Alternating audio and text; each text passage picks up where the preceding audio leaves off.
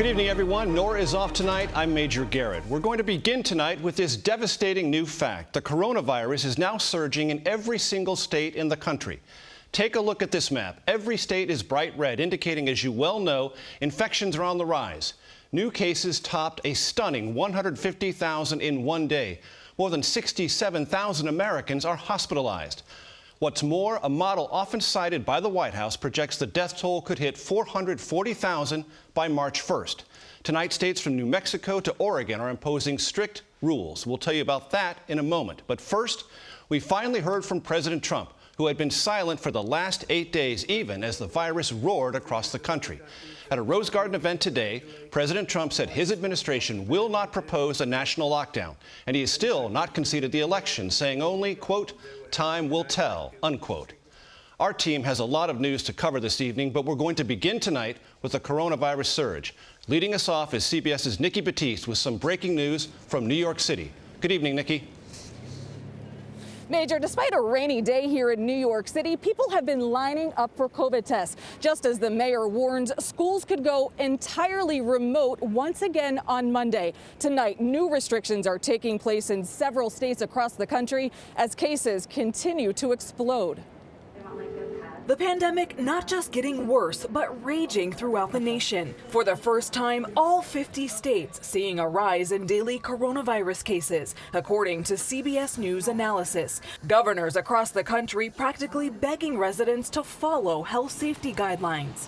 It's a very dangerous situation, and our hospitals have been sounding the alarm.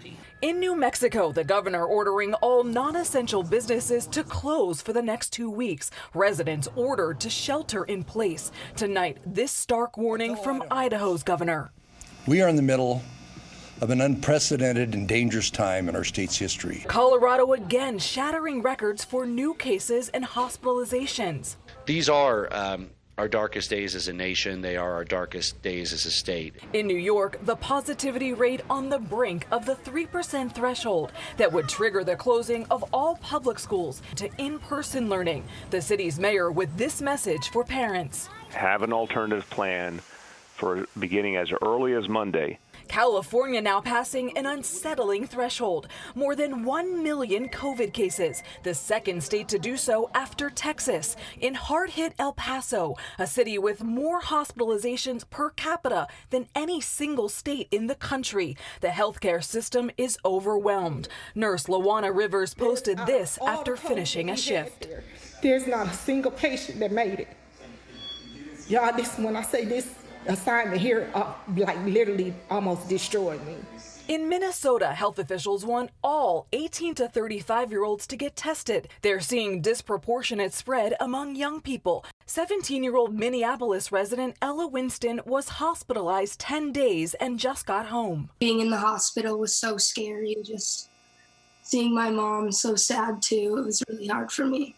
Based off what you are going through, does that change your mind on how you think about your own Thanksgiving plans? I think our family's going to have a small, tight, knit Thanksgiving for ourselves and probably some Zoom calls. It puts a perspective of how fragile life is and what we're thankful for.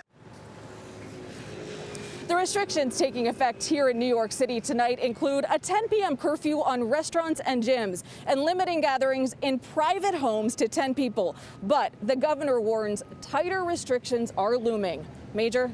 Nikki Batiste with a comprehensive look at the virus. We thank you.